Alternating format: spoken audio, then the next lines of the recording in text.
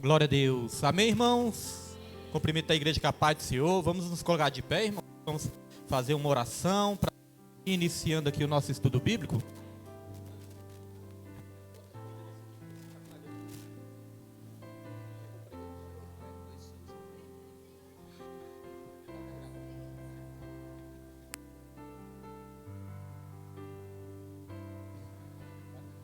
Glória a Deus, glória a Deus. Amém, irmãos? Vamos fazer uma oração e dar início a mais esse estudo bíblico para a glória e para a honra do Senhor Jesus Cristo. Soberano Deus, maravilhoso e eterno Pai, Deus Todo-Poderoso, meu Deus, nós te louvamos como igreja nessa noite, Pai, nós te adoramos, nós engrandecemos o seu nome, nós te agradecemos, Pai, porque o Senhor nos trouxe aqui em paz, o Senhor nos trouxe em segurança, o Senhor repreendeu todo impedimento nessa noite, Pai, o Senhor nos deu força para nós estarmos aqui, para adorar e glorificar o seu nome. Quero apresentar aqui a minha vida em suas mãos, a vida da minha família, apresentar a vida dos meus irmãos que estão presentes nessa noite e os irmãos que irão chegar, que o Senhor possa trazer em paz, que o Senhor possa trazer em segurança e livrar de todo o mal, Pai. Meu Deus, alcance também essas vidas que vão acompanhar aí pelas redes sociais e que a obra do Senhor seja feita nessa noite, Pai, que o Senhor venha abrir as nossas mentes, abrir os nossos corações para o entendimento da Tua palavra, Senhor. Precisamos do Teu Espírito Santo para a compreensão da Tua palavra. Espírito Santo de Deus, nos ajude nessa noite e receba para Ti toda glória e toda honra, assim te agradecemos, em nome de Jesus, amém e graças a Deus, amém, irmãos? Os irmãos já podem se sentar nessa noite. Os irmãos peguem suas revistas e eu vou estar apresentando aqui a lição. Apresentando esse quarto trimestre, irmãos, nós estamos estudando a justiça divina, a preparação do povo de Deus para os últimos dias no livro de Ezequiel. Repetindo para os irmãos memorizarem, a justiça divina, a preparação do povo de Deus para os últimos dias no livro de Ezequiel. Agora vamos abrir na lição número 2, irmãos, vamos para a lição número 2.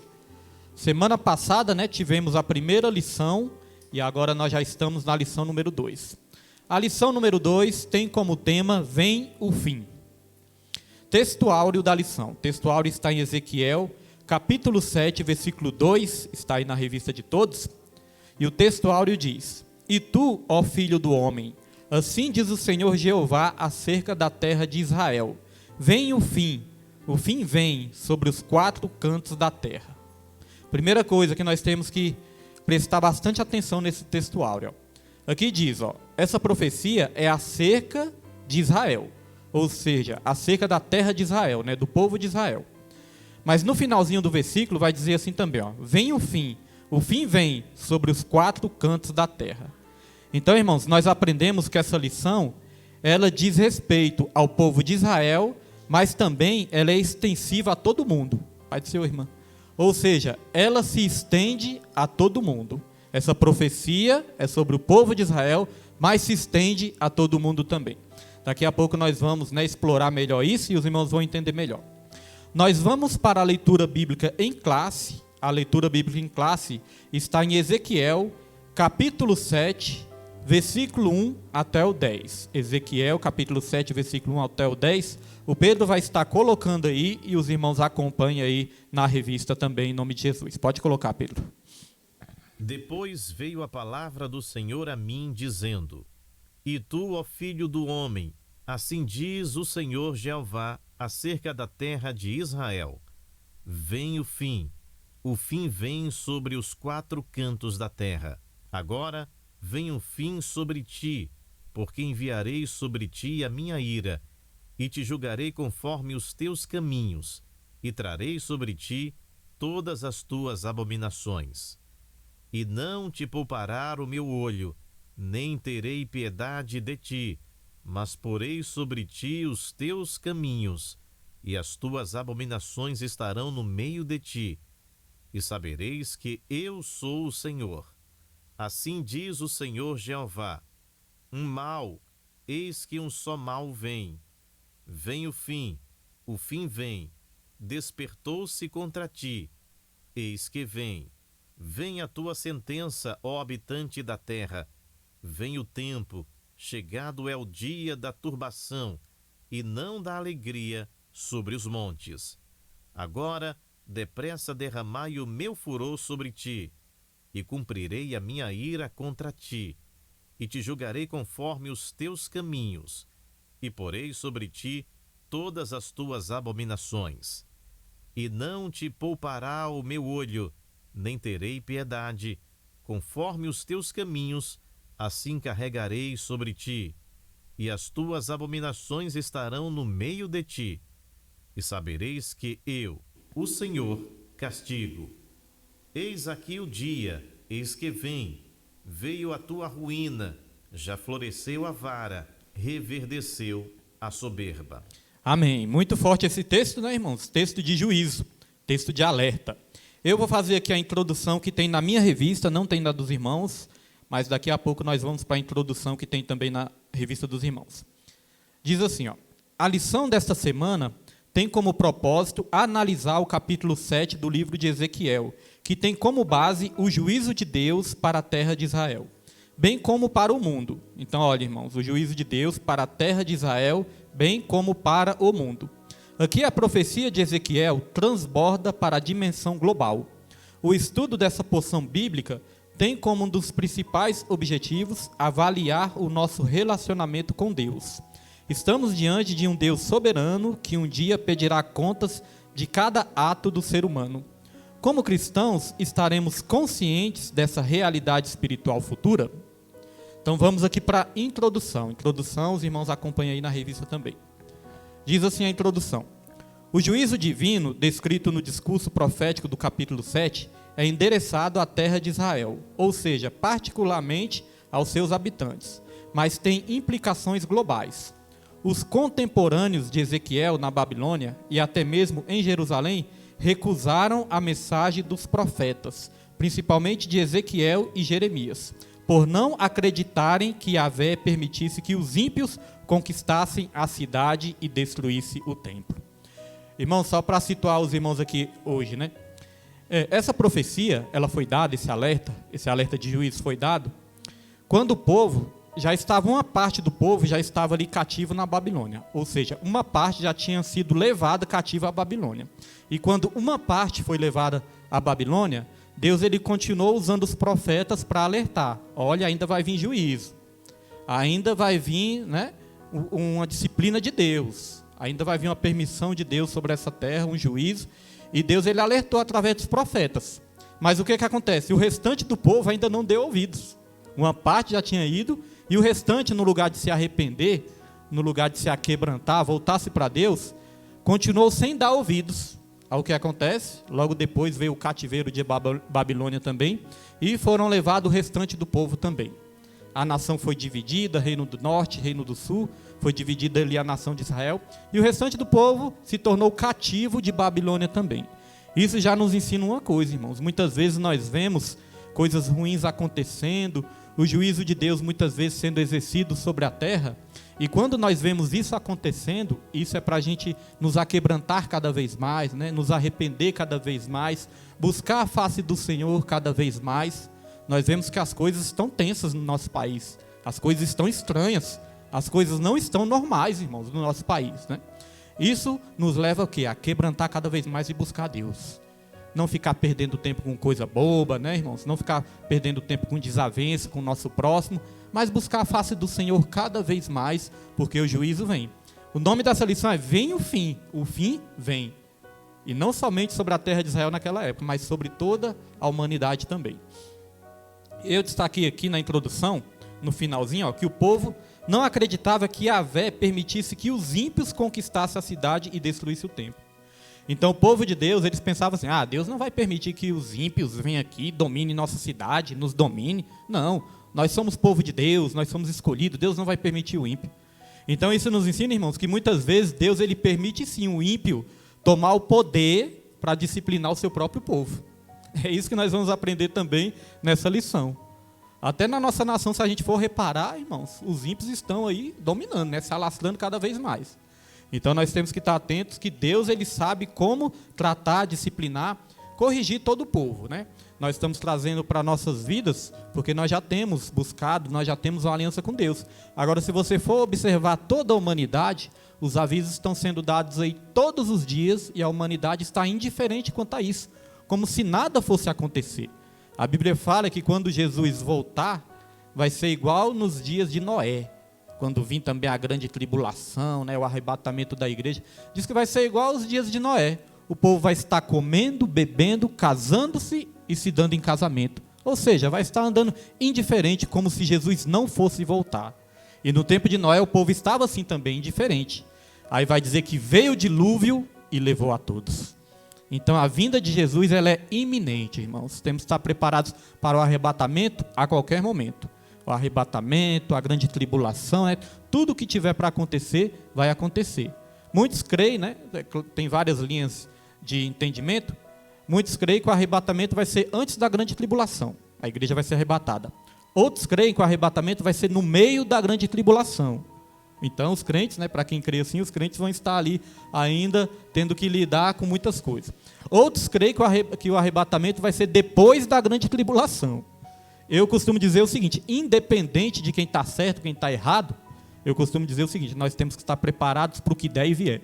Preparados o tempo todo, a nossa aliança tem que estar firme com Deus, porque quem sabe como vai ser os acontecimentos exatamente, perfeitamente, é só Deus. Nós podemos estudar, pesquisar, ter a nossa linha de entendimento, mas quem sabe perfeitamente como tudo vai acontecer é o nosso Deus, então nós temos que estar preparados para tudo. Amém, irmãos? Vamos lá para o tópico 1. Tópico 1, sobre a profecia. E o subtópico 1 tem aqui a introdução. Ezequiel introduz a profecia com a fórmula usual dos profetas de Israel. Veio a palavra do Senhor a mim. A chancela de autoridade divina, assim diz o Senhor Jeová, é a marca registrada dos profetas de Yahvé. Isso mostra que Deus é a fonte da profecia. Era uma comunicação divina inconfundível, diferentemente da natureza da atividade profética inicial que ocorria por meio de visões. Essa fórmula verbal de revelação indicava ser a mensagem recebida de forma extensa, direta e audível.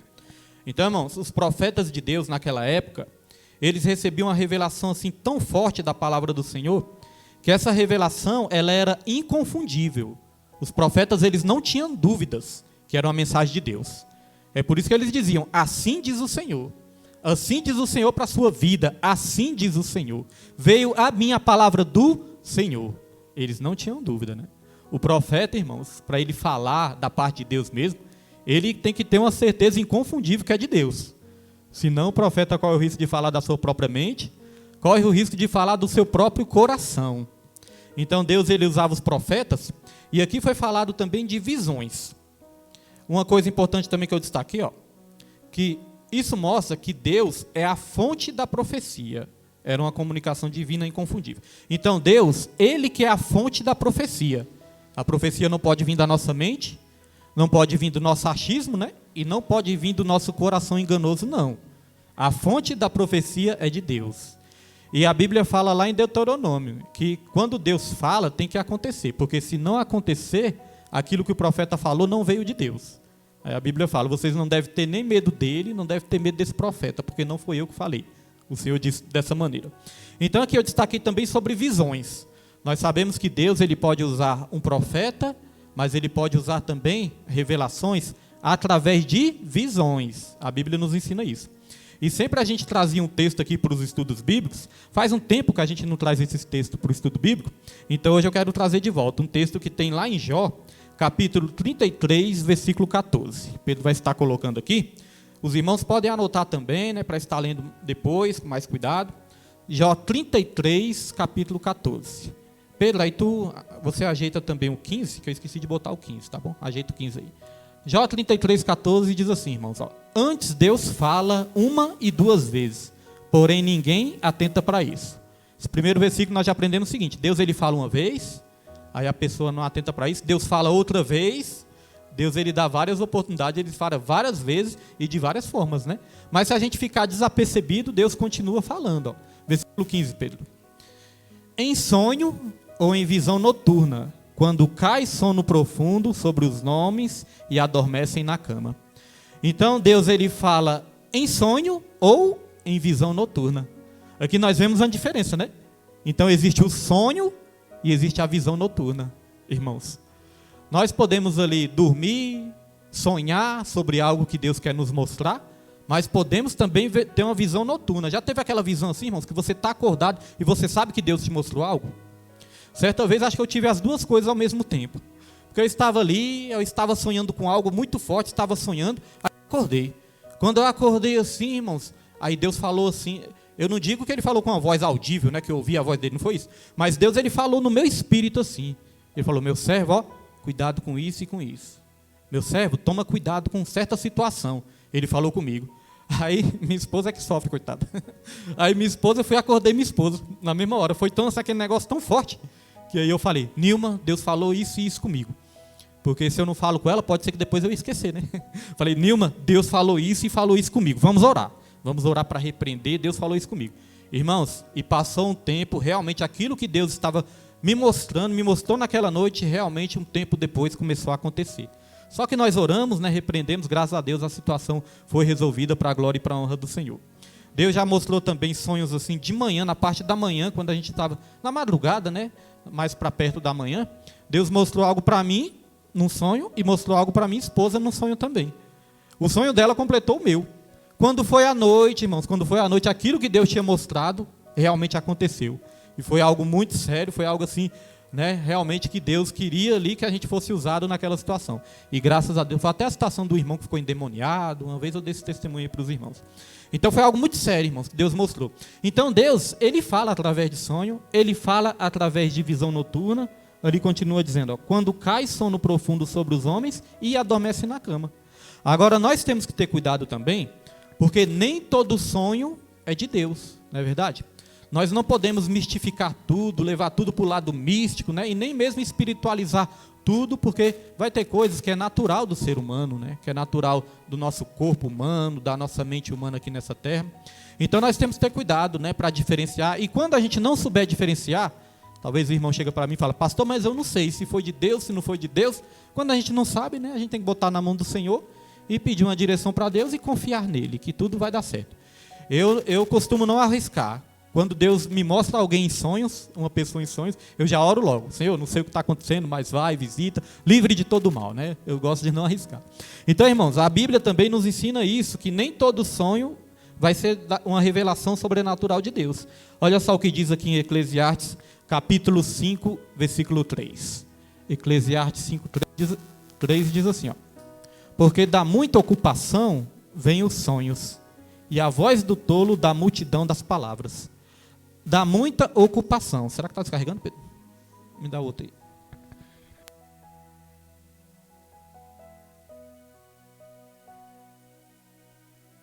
Glória a Deus, glória a Deus. Então, olha só, irmãos. Porque da muita ocupação vem os sonhos, e a voz do tolo da multidão das palavras. Então, o que é que acontece?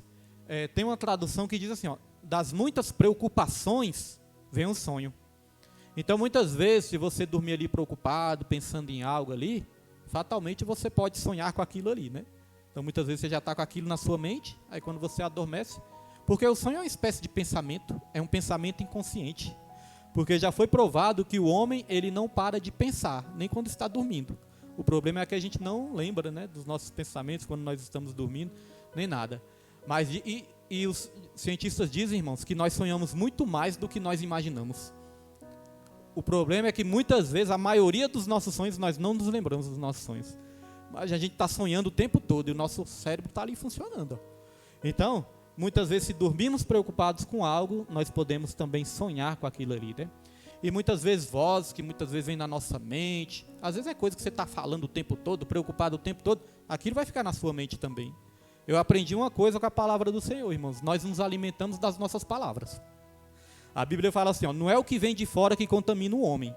O que contamina o homem é o que sai de dentro.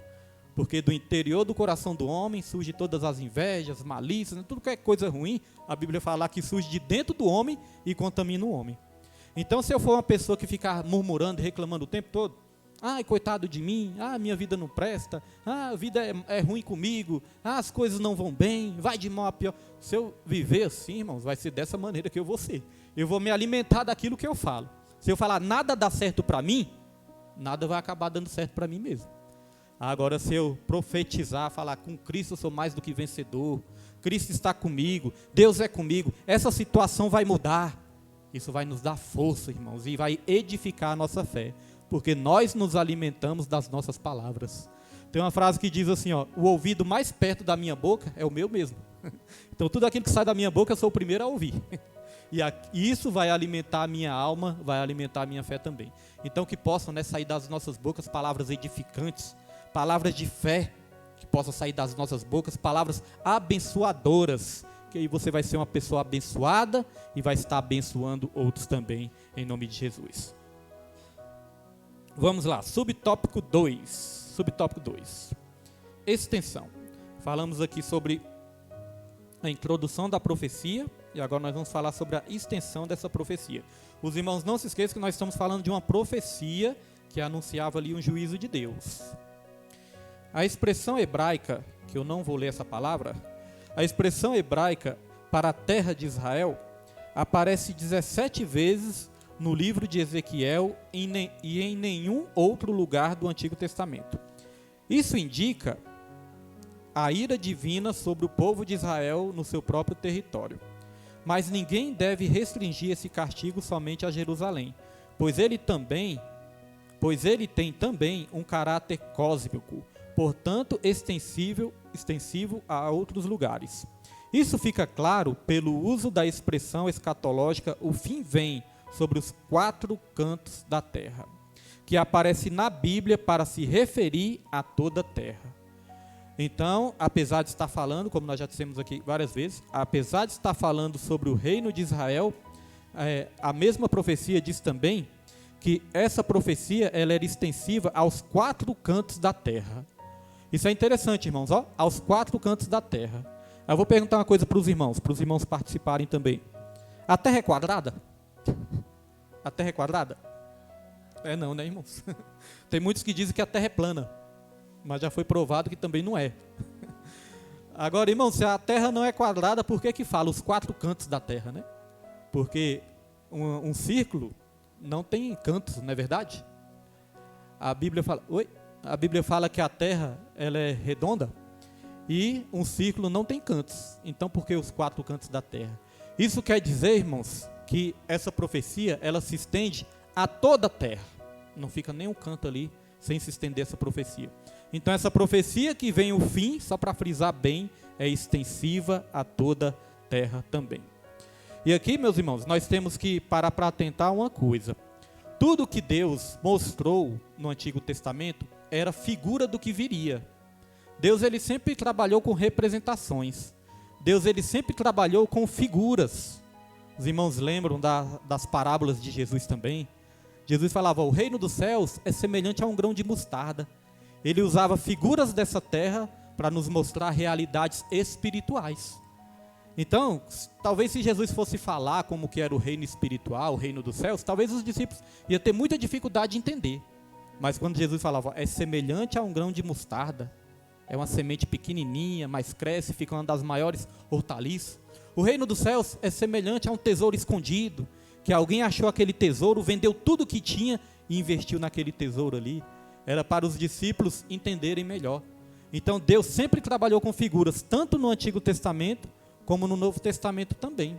Então todas as representações do Antigo Testamento já eram figuras do que iria acontecer, do que nós iríamos viver também nos dias atuais.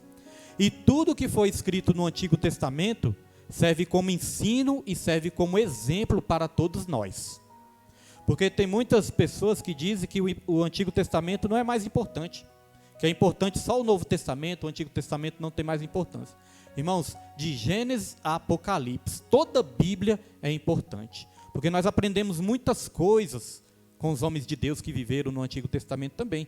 E a maioria das profecias, todas as profecias apontavam para quem? Para Cristo Jesus, que vai voltar sobre essa terra. Então olha só o que a Bíblia diz aqui em 1 Coríntios, capítulo 10, versículo 11. Coloca aí, Pedro.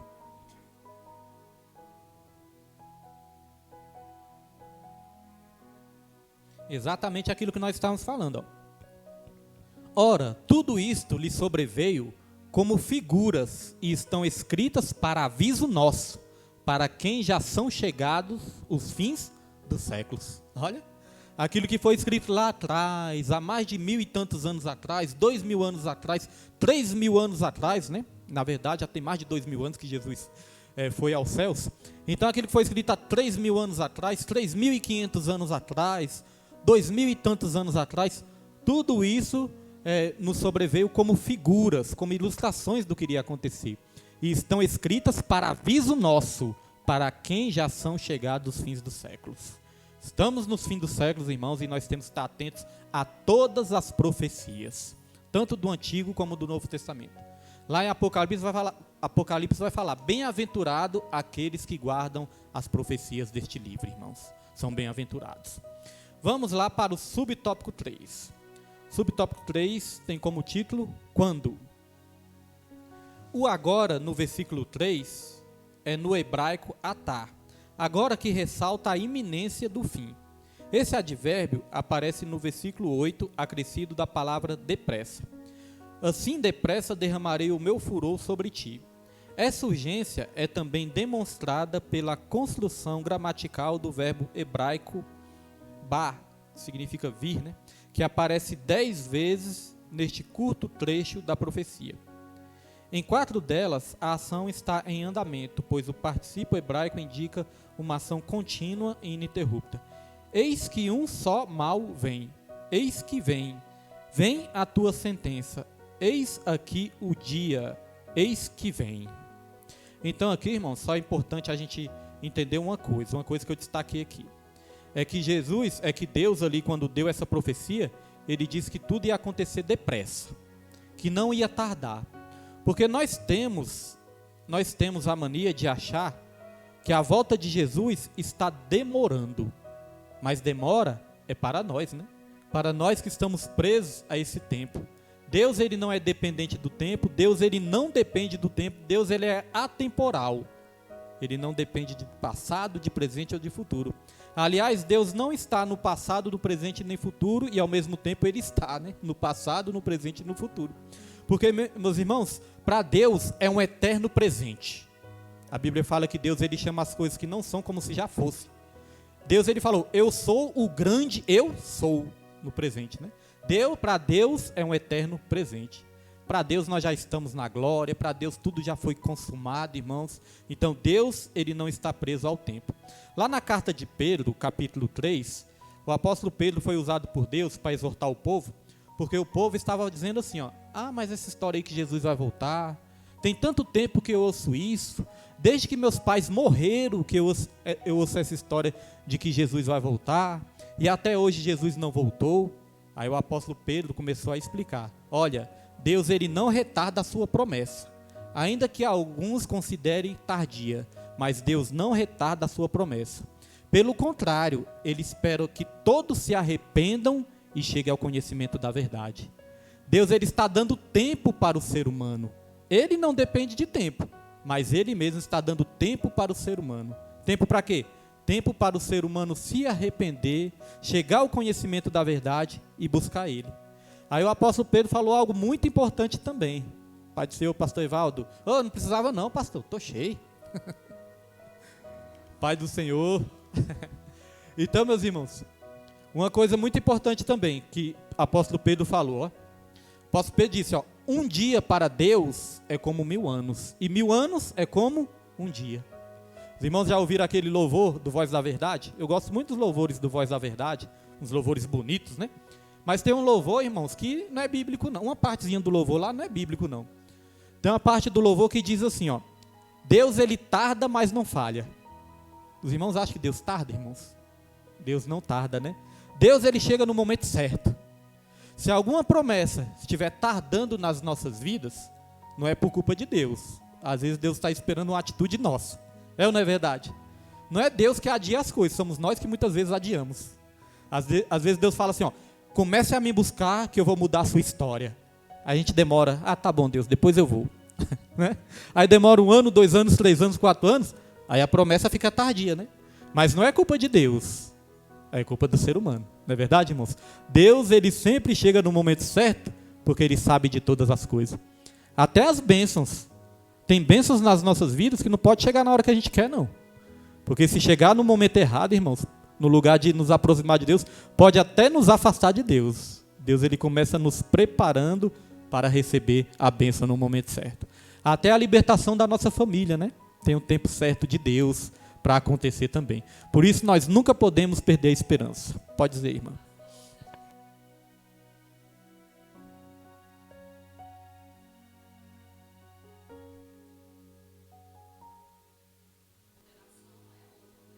Tá igualzinho mesmo. Todas as vezes que a gente vem para os cultos, né? Que a gente está andando por aí, eu sempre me lembro dessa passagem de Noé. Que a gente vê os botecos lotados, os bares lotados, né? Todo mundo brincando, se divertindo, aquela festa toda, parece que nem algo de ruim está acontecendo e parece que Jesus não vai nem voltar. As pessoas não estão nem aí, né? Então eu sempre me lembro, as pessoas estão comendo, bebendo, casando-se e se dando em casamento. Pai do Senhor missionário. E meu irmão? Depois eu vi. Depois eu vejo que está bem, né? Graças a Deus. Então, irmãos, essa questão de Deus tardar, né? Deus não tarda. E a questão de Jesus Cristo voltar, graças a Deus que nós como igreja, nós temos essa consciência, essa ciência de que Jesus, ele está voltando. Então eu quero aqui também trazer uma passagem em Apocalipse 22, versículo 12. Olha só o que diz em Apocalipse 22, versículo 12. Diz assim, irmãos, ó. E eis que, Deus ele está falando que vai vir tarde ali? Presta atenção lá no versículo. Deus ele está falando que vai vir tarde? Não, né?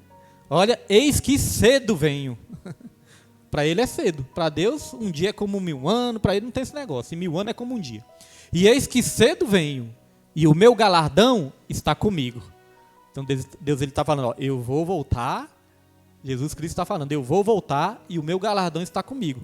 O que é galardão? É a recompensa. Ele está dizendo, ó, a minha recompensa está comigo. A recompensa que eu vou te dar está comigo. E eu vou voltar cedo. E aí continua dizendo, e o meu galardão está comigo para dar a cada um segundo a sua obra.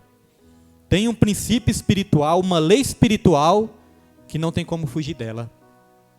Tudo aquilo que o homem semear, isso também colherá, né? Tudo aquilo que a gente planta, um dia a gente vai colher. Então, irmãos, quando nós entregamos nossa vida para Jesus, nós não vamos ser salvos por obras. A Bíblia bem clara conta isso, né? Nós não somos salvos por obras. Mas quando nós entregamos a nossa vida para Jesus, aí nós passamos a praticar as boas obras, né? Ninguém vai poder chegar um dia lá e falar para Deus assim, Deus, eu fiz muita coisa boa, é por isso que eu fui salvo. Não. Você fez coisa boa porque você foi salvo, por isso que você fez coisa boa. Você não foi salvo por fazer coisa boa. Você fez coisa boa porque eu te salvei, eu te redimi, eu coloquei meu espírito dentro de você e eu mudei a sua mente e mudei o seu coração. Por isso que você está aqui. Não é por causa das obras, é por causa do que eu fiz na sua vida. Não é por causa do que você fez para mim. Deus vai falar isso. Não é por causa do que você fez para mim, mas é por causa do que eu fiz em você. Então isso é muito, muito forte, né, irmãos? Então o salvo, a evidência da salvação é como nós falamos aqui no domingo. A fé sem obras é morta por si só. As obras são a evidência da nossa salvação, irmãos. E quando diz assim que Deus vai retribuir a cada um segundo a sua obra, eu tenho a maneira de entender que não está falando aqui dessas obras físicas, obras materiais que a gente faz, não. Eu entendo que essa obra, irmãos, é a obra de santificação, a obra transformadora, aquela obra do Espírito Santo dentro de nós, que nós vamos responder com o quê? Com arrependimento e com fé.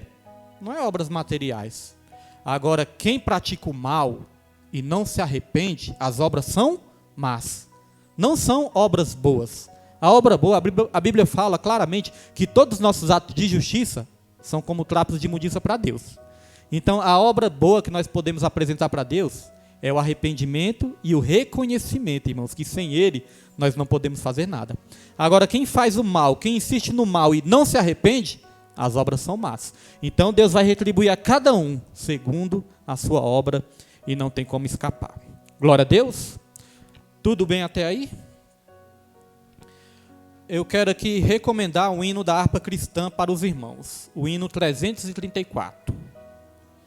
O hino 334, ele fala do fim. Alguém está com a harpa aí? Pega aí, irmãos Marino, uma harpa aí.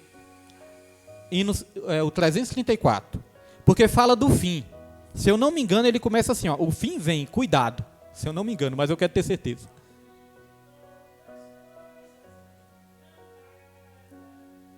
O fim de todas as coisas, né? Aí, ó. O fim vem, cuidado. Então, hino 334, irmãos. O fim vem, cuidado. Até nos louvores, né, Deus alerta também o seu povo. Os hinos da harpa são muito maravilhosos, irmãos. Vamos lá, tópico 2, sobre o fim. Subtópico 1, sentido. A palavra fim, do hebraico, eu não leio hebraico, viu, irmãos? Então, quando eu pular aqui os hebraicos, é porque eu não quero ler, não, porque imagina um homem falando feio em hebraico.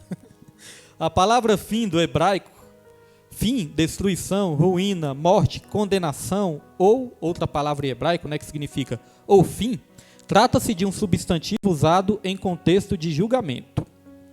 Ele aparece 5 vezes no versículo 2, 3 e 6, no discurso poético, cujo objetivo é causar impacto nos leitores originais.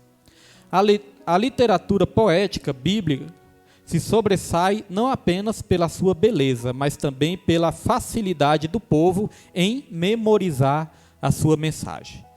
Então, o objetivo das profecias, irmãos, o objetivo da palavra de Deus, é claro, a palavra de Deus ela tem o objetivo de edificar nossas vidas, de nos consolar, de nos alegrar, ela tem esse objetivo também. Agora, muitas vezes, um objetivo que a palavra de Deus tem também, é de causar impacto nas nossas vidas. Os irmãos já foram impactados pela palavra assim? Quando os irmãos ouviram aquela palavra, falaram, meu Deus, eu estou errado. Né? Quando dá aquele impacto ali, meu Deus, está errado na minha vida. Aquela pregação que você olha assim, rapaz, essa área da minha vida está errada, eu tenho que mudar. É porque nós somos impactados pela palavra. Quando nós lemos algo, às vezes não é nem uma pregação, mas quando a gente lê algo na Bíblia ali, a Bíblia condena, se a gente achar que está errado nas nossas vidas, aquilo vai o quê? Impactar nas nossas vidas. É a hora que o Espírito Santo nos convence do pecado, da justiça e do juízo. Certa vez perguntaram para um pastor qual era a maior heresia que estava existindo nos dias atuais. O entrevistador ali perguntou para ele, pastor, qual a maior heresia que está existindo nos dias atuais? Aí ele falou, olha, a maior heresia e o maior perigo que eu estou identificando nos dias atuais é a hipergraça. O que é a hipergraça?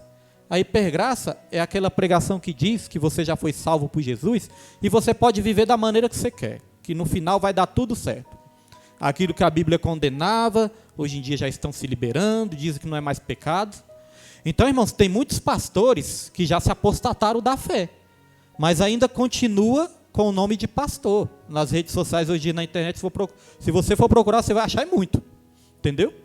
Então, pastores, esse dia eu estava até vendo também uma entrevista que um cantor gospel deu, e esse cantor gospel, ele estava falando, a igreja está me rejeitando, a igreja não me quer mais não.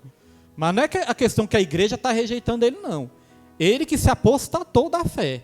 Ele se apostatou e ele está pregando heresias, irmãos.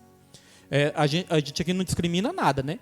Mas ele foi cantar em igreja que permite tudo. Igreja que as pessoas estão de qualquer jeito, igrejas até mesmo que a gente vê claramente que não é de Deus. Então ele foi pregar nessas igrejas, irmãos. Os irmãos sabem que hoje em dia existe igreja de todo tipo, né? Até igreja satanista existe. Então ele foi lá e ele começou a desfazer tudo aquilo que a Bíblia sempre ensinou. Começou a falar que não é pecado, que não sei o quê, e começou a chamar todo mundo de religioso e tal. Aí começou a falar do amor, é aquilo que a gente sempre ensina, né? Começou a falar do amor. Só que o problema é quando se fala de um atributo de Deus, que é o amor, mas não fala dos outros. Deus, ele é amor, mas ele também é 3 vezes santo. E como ele é 3 vezes santo, ele não admite, né, o pecado. É por isso que ele faz uma mudança dentro de nós. Então não é que esse pastor foi rejeitado, é que a igreja ela tem cuidado. A igreja não vai trazer qualquer um para o púlpito lá, para a pessoa estar pervertendo o pensamento dos irmãos, né? Então ele diz que hoje em dia as agendas dele, ele não tem mais agenda, que as agendas acabaram e tudo, mas é hora dele voltar realmente, né, para os caminhos do Senhor e pregar o verdadeiro evangelho. Porque a igreja, ela tem mesmo que rejeitar falsos ensinos. A gente não tem que aceitar falsos ensinos, né? Então, isso é um perigo muito grande. Então, a hipergraça é um perigo muito grande que está acontecendo nos dias de hoje. Que você pode viver da maneira que você quer e que no final vai dar tudo certo. Não é isso que a Bíblia nos ensina, né? Então, vamos ter cuidado com esses ensinos que estão sendo espalhados por aí, irmãos. Aquela questão de que tem que atualizar a Bíblia, que a Bíblia está desatualizada, tudo isso é heresia. Isso aí tem que ser rejeitado. E aqueles ensinos também, muitas vezes, aquele evangelho que só agrada os nossos ouvidos, massageia o nosso ego e agrada o nosso coração, isso é bom de se ouvir, quem não quer ouvir isso? Mas temos que ter cuidado, irmãos, porque muitas vezes as mensagens de Deus vão ser também impactantes para as nossas vidas. Olha só o que eu destaquei aqui para os irmãos. Não, mais tarde eu destaquei alguns versículos aqui e nós vamos ler daqui a pouco. Vamos prosseguir aqui, ó, subtópico 2. Expressões repetidas sobre o fim. A repetição das expressões vem o fim vem, agora vem o fim vem, eis que vem, veio a tua ruína, chama a atenção de qualquer leitor. Talvez a intenção de Ezequiel, como atalaia de Israel, tenha sido causar pânico no destinatário original. Os profetas, durante séculos, vinham chamando o povo, que era conhecedor da lei de Moisés e do pacto do Sinai, ao arrependimento. Agora o povo estava sendo informado de que o juízo divino era real. Então diz aqui, irmãos, que aquela profecia foi até mesmo para causar um pânico ali. Aí veja que mesmo assim, tentando causar o pânico, o povo ainda não se arrependeu, não se alertou ainda, né, para o juízo divino. Hoje em dia não é diferente, hoje em dia tem muitas mensagens poderosas também, mas às vezes o povo está pensando que é brincadeira. Então, quando há repetições na Bíblia, é porque Deus, ele quer ali, irmãos, intensificar o ensino. É igual Jesus. Jesus não falava assim, ó, em verdade vos digo. Jesus falava isso. Né? Jesus poderia falar só, em verdade vos digo. Já estava bom, né? Mas não, Jesus falou, em verdade vos digo. Ele estava querendo chamar a atenção para a seriedade daquilo que ele ia dizer. Que aquilo era absoluta verdade. Na Bíblia, nós aprendemos, lá em 2 Reis, vai dizer que foram escritos, irmãos, mais de 3.000 provérbios. Se você abrir sua Bíblia, você não vai encontrar 3.000 provérbios. Mas foram escritos mais de 3.000 provérbios. Lá em 2 Reis tem essa informação. Mas tem 2 provérbios que se repetem. É aquele provérbio que diz assim, ó, há caminhos que parecem reto aos olhos do homem, mas no final são caminhos de morte.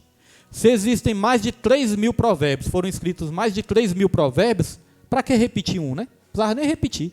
Colocava tudo inédito lá, mas se repetiu, é para alertar da seriedade de tudo isso. Há caminhos que parecem reto aos olhos do homem, mas no final são caminhos de morte.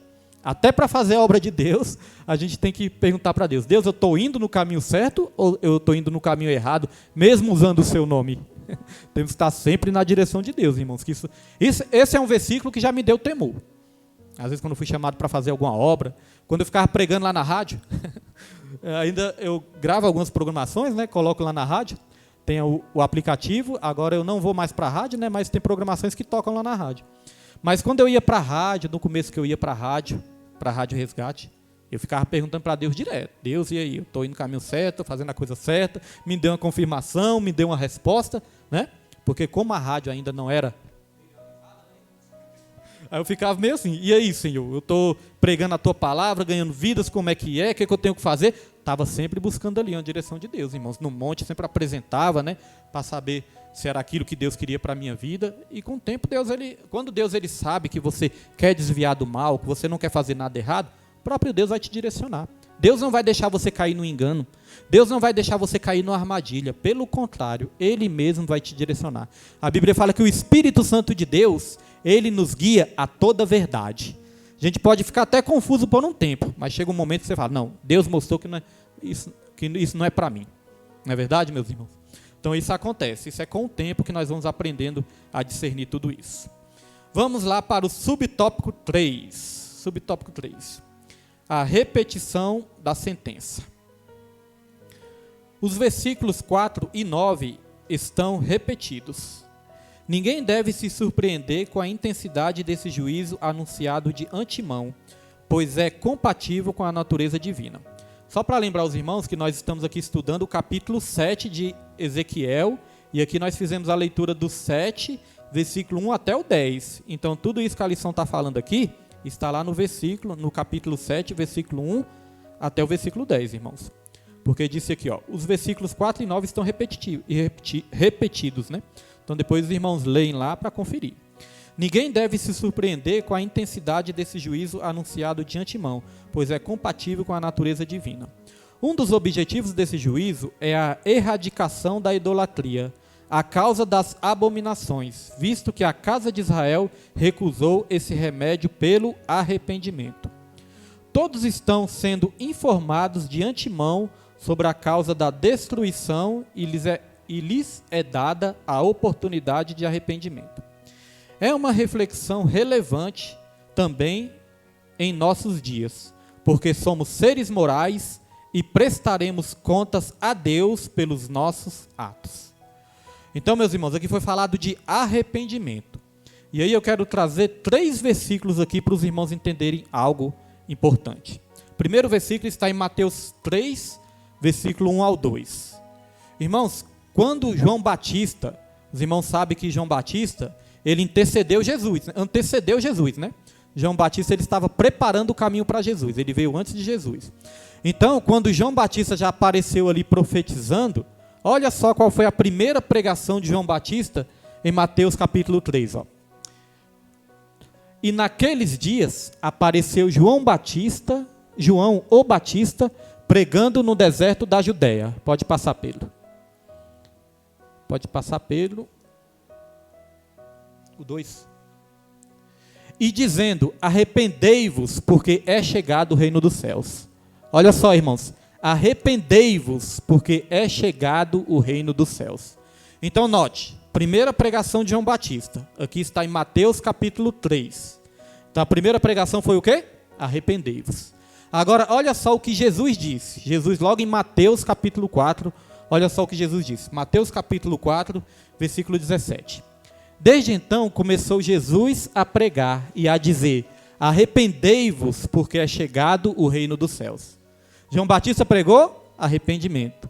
Jesus, ele pregou arrependimento. Aí depois, irmãos, Jesus, ele cumpriu com o seu chamado aqui na terra, aí ele entregou sua vida, ressuscitou ao 3º dia, e quando ele ressuscitou, ele subiu aos céus, ele enviou o seu Espírito Santo, os discípulos foram batizados pelo Espírito Santo, aí Pedro fez a sua primeira pregação depois de ter sido cheio do Espírito Santo. Então, quando Pedro fez a primeira pregação depois de ter sido cheio do Espírito Santo, olha só o que Pedro disse também em Atos 2, versículo 38. Olha o que Pedro disse. E disse-lhes Pedro, arrependei-vos e cada um de vós seja batizado em nome de Jesus Cristo para perdão dos pecados e recebereis o dom do Espírito Santo. João Batista pregou arrependimento. Jesus pregou arrependimento. Apóstolo Pedro, quando iniciou a igreja primitiva, pregou arrependimento. A palavra para os dias atuais ainda continua sendo arrependimento, irmãos. É como eu falei, não é essa hipergraça que você pode viver da maneira que quiser, que eu posso viver da maneira que eu quero, não. É arrependimento também continua sendo as pregações dos dias atuais. Por que precisamos falar isso? Porque, infelizmente, em muitos lugares não é isso mais que a gente ouve. Em muitos lugares a gente só ouve que Deus vai dar, Deus está dando, Deus está fazendo, a caneta de ouro, é o carro importado, é a chave da casa, é isso e aquilo. Tudo isso é bom e tudo isso nós queremos. Mas cadê a pregação da cruz? Cadê a pregação do arrependimento? Cadê o confronto? Cadê a mensagem impactante? Cadê aquele alerta que muitas vezes causa pânico para a gente consertar as nossas vidas? Cadê, né? Muitas vezes a pregação é assim, Deus está se agradando, homem de Deus, mulher de Deus, e às vezes a pessoa está com a vida toda desconcertada, e aí surgem falsos profetas. Por que surgem falsos profetas, irmãos? É a lei da procura e da oferta, né? Surgem falsos profetas porque tem muitos que querem ouvir isso. Lá no tempo de Isaías, se os irmãos forem depois lá em Isaías 31, versículo 10, o povo estava pedindo isso. O povo falando, não, profetize para nós mentiras. Não venha falar desse santo de Israel, não. Não fala sobre esse tal de Deus, não. Esse santo de Israel, não. Nós queremos ouvir mentiras. Fale para nós, mesmo que seja mentiras. Depois os irmãos leem Isaías 31, versículo 10. Os irmãos vão ver isso. Eu fico impressionado com aquele versículo. O povo estava pedindo para ouvir mentiras. Falou, não, pode falar uma coisa agradável aí, mesmo que seja mentira. Hoje em dia também é assim, sabia, irmãos? Muitos preferem, né, muitos desprezam uma dura verdade, mas amam uma doce mentira. Não é verdade? Amam uma doce mentira, mas desprezam uma dura verdade. Até mesmo, não estamos falando aqui só de religião, né, só do reino dos céus, na sociedade nossa secular mesmo, né? Na humanidade em geral. Não é verdade, irmãos? Quando se fala a verdade hoje em dia, está fazendo o quê? Censurando, não é? Está censurando a verdade, está cancelando. Não pode falar isso não, quando é a verdade. Mas quando é a mentira, as pessoas gostam. É isso aí mesmo. Começa a agradecer, né? É porque, irmãos, nós vivemos uma geração assim, né? Graças a Deus que a igreja, ela abre os olhos para essas coisas. Mas na humanidade em geral, a humanidade está preferindo abraçar a mentira, abraçar o pecado, do que uma dura verdade. Isso sempre aconteceu e isso continua acontecendo, infelizmente. Agora vamos lá para o tópico 3, para a gente estar encerrando. Hoje vamos conseguir terminar no horário abençoado, né? Mas os irmãos têm alguma dúvida, algum comentário, irmãos, antes da gente terminar aqui? Se tiver alguma dúvida, os irmãos podem falar aí, em nome de Jesus. Tópico 3, sobre o inimigo. Subtópico 1, já floresceu a vara. Ezequiel faz uma analogia botânica, uma metáfora que se perdeu no tempo. A palavra profética anuncia, veio a tua ruína, já floresceu a vara, reverdeceu a soberba. O que essas palavras significam? Há diversas interpretações que não cabem nesse comentário, mas dentre as 3 principais, a mais aceitável é a que considera essa vara como o rei Nabucodonosor. Assim como o rei da Assíria foi o chicote de Deus para açoitar Samaria, os filhos de Israel do reino do norte, da mesma forma, Yahvé usou o rei da Babilônia, Nabucodonosor, como azorrague é uma espécie de chicote, para chicotear Jerusalém em Judá. Então aqui falou o seguinte, na profecia estava escrito o seguinte, já reverdeceu a soberba. Aí foi tratado de soberba. Nós sabemos que o rei Nabucodonosor foi um rei que foi usado por Deus para tratar o povo de Deus, né? Através do rei Nabucodonosor é que o povo foi cativo lá na Babilônia, irmãos. Então isso mostra que Deus ele usa sim nações ímpias para tratar com o seu povo, para disciplinar o seu povo. Só que Deus, irmãos, ele não admite que as pessoas passem do ponto, que as pessoas sejam injustas, né? Deus ele permite ali a disciplina até um certo ponto. Então o que acontece? O rei Nabucodonosor foi usado por Deus para tratar o povo, só que o rei Nabucodonosor, ele foi para o lado da soberba também. Ele se tornou soberbo, ele se achava ali o maioral de tudo, achava que ele era o próprio Deus, fazia até estátua em homenagem a ele mesmo. Então, quando aconteceu essa questão da soberba em relação ao rei Nabucodonosor, aí Deus teve que tratar o próprio rei Nabucodonosor. Irmãos, mesmo que Deus permita, muitas vezes, o ímpio tomar o poder, vai chegar um momento que Deus ele vai tratar o ímpio também. Porque às vezes no nosso país ou em outros países também, o ímpio toma posse do poder, né? Às vezes o ímpio está no poder aí. Mas Deus ele utiliza isso aí para que o povo também possa buscar a Deus e se arrepender. Mas vai chegar um dia que Deus ele vai tratar o ímpio também. Deus não deixa o ímpio sair impune de toda essa história, não. Então, graças a Deus que existe um versículo assim, que diz o seguinte, nós esperamos novos céus e nova terra, aonde habita a justiça. Certa vez eu estava vindo do meu trabalho, e ali eu estava ouvindo as notícias no rádio, né, do meu carro, e ali eu vi uma notícia, irmão, de uma violência que foi cometida, sobre uma criança. Era uma criança ali, sofreu essa violência, e foi algo assim tão feio, que eu não gosto nem de falar aqui, né, foi uma violência, algo tão feio assim, que eu não gosto nem de ouvir notícia ruim, mas nesse dia eu estava passando lá, acabei que eu ouvi. Porque assim, irmãos, não é que a gente não precise ouvir, né, a gente precisa estar alerta, mas é tão ruim, né, às vezes tu ouve essas notícias ruins assim, você começa a se sentir mal, é algo muito triste. Então quando eu ouvi essa notícia ruim assim, eu pensei, meu Deus, como é que pode ter um ser humano desse jeito, que cometeu uma violência com uma criança lá? Como é que pode ter um ser humano desse jeito? Até onde vai a maldade do ser humano? Fiquei pensando isso.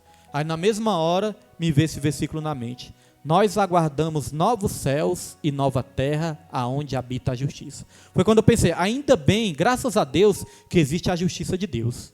Porque já pensou, irmãos, toda essa maldade, sem arrependimento, se ficasse por isso mesmo?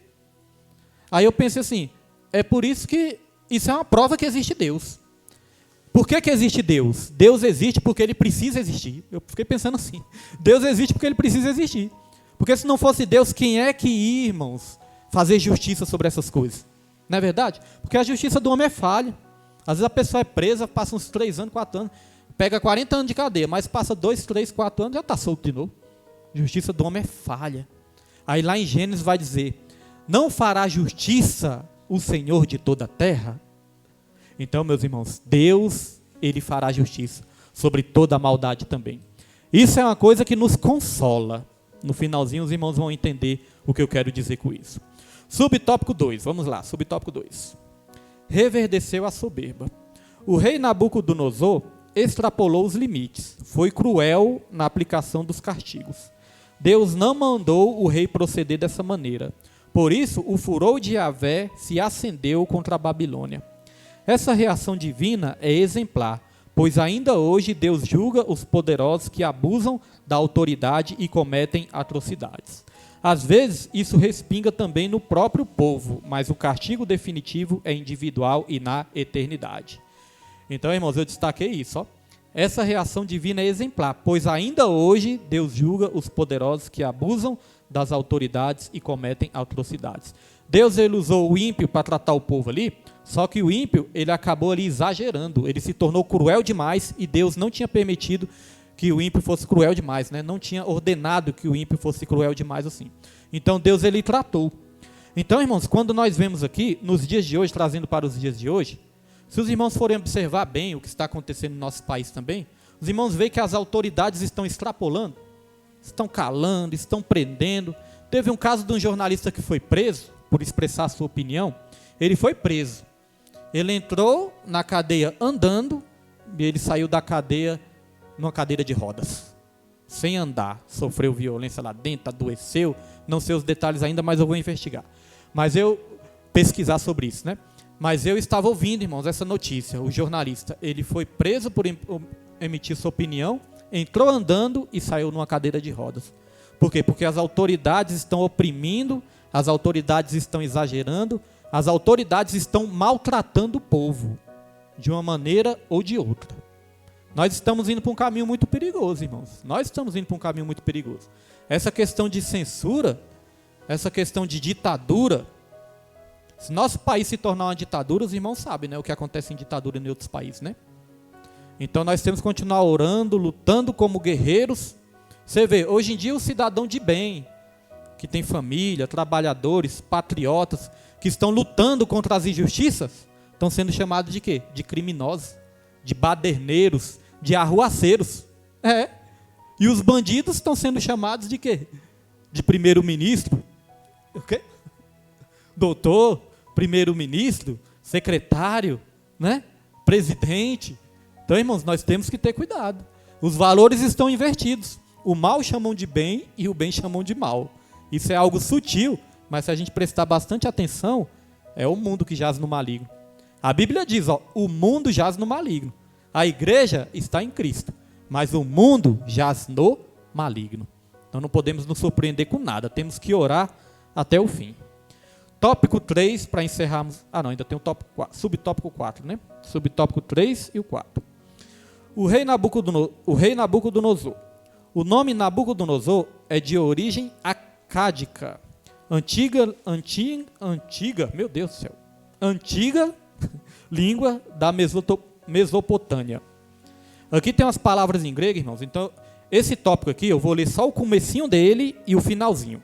Porque tem muita palavra em grego, e se eu ficar lendo aqui, vai acabar confundindo nossa mente toda, né? Não tem necessidade. Depois os irmãos leem em casa com mais atenção. Então, vou ler só o comecinho e o final. O nome de Nabucodonosor é de origem acádica, antiga língua da Mesopotâmia.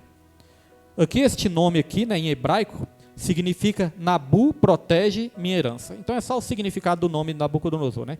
Nabu protegeu minha herança. E no finalzinho, lá no finalzinho, no último parágrafo, tem assim, ó. Ele era filho de Nabopolassar, que reinou 21 anos na Babilônia. Nabucodonosor reinou 43 anos. São informações mesmo, né? Mas não tem muita aplicação aqui não, só informações para os irmãos. Agora vamos para o subtópico 4, que diz assim, ó: o nome Babilônia é também de origem acádica. Aí tem um nome aqui, né? Portão de Deus. O Antigo Testamento hebraico usa Babel, e a Septuaginta usa a forma grega Babilônia. O nome do país é o mesmo da sua capital. Caldeus e babilônios eram, num princípio, povos distintos. A palavra Kashdu significa conquistadores. Era usada para identificar as diversas tribos semitas que povoavam o norte do Golfo Pérsico no sul da Babilônia, desde os dias de Abraão. Isaías fala de babilônios e caldeus, referindo-se ao mesmo império. Irmãos, para concluir essa lição, para terminar essa lição, para concluir, nós queremos dizer o seguinte: nós falamos aqui de muita injustiça, falamos de muitas vezes nações ímpias reinando, imperando e até sendo usado por Deus para tratar o povo de Deus, mas nós temos que entender o seguinte: nem todo mal vai ser recompensado aqui nessa terra e nem todo bem vai ser recompensado aqui também. Nem todo mal vai ser disciplinado, né, vai ser tratado, julgado aqui nessa terra, e nem todo bem vai ser recompensado aqui nessa terra, não. Às vezes você vai fazer o bem o resto da sua vida, mas muitas vezes você vai poder ainda sofrer uma injustiça, né? Às vezes não vai receber a recompensa daquilo nessa terra. E nem todo mal vai sofrer o castigo nessa terra também. Mas a eternidade vai dar um jeito em tudo isso, não é verdade? A eternidade vai dar recompensa para aqueles que andaram na presença do Senhor, e a eternidade também vai dar castigo para aqueles que sempre fizeram mal e nunca se arrependeram. Então a eternidade é a solução para todas essas coisas, irmãos. Conclusão aqui da lição. Os julgamentos divinos na história mostram que o pecado jamais ficará impune e que a única maneira de escapar da condenação é através do arrependimento e da fé. Israel não tinha desculpa, não podia alegar ignorância, pois o povo dispunha de Moisés, do ensino dos antigos sábios, da revelação dos profetas e do conselho dos sacerdotes. O apelo dramático de Ezequiel é um exemplo clássico dessa verdade. Amém, irmãos? Glória a Deus. Essa foi a lição, né? Essa foi a lição número 2. A próxima lição é a lição número 3. E a lição número 3 vai falar sobre as abominações do templo no livro de Ezequiel.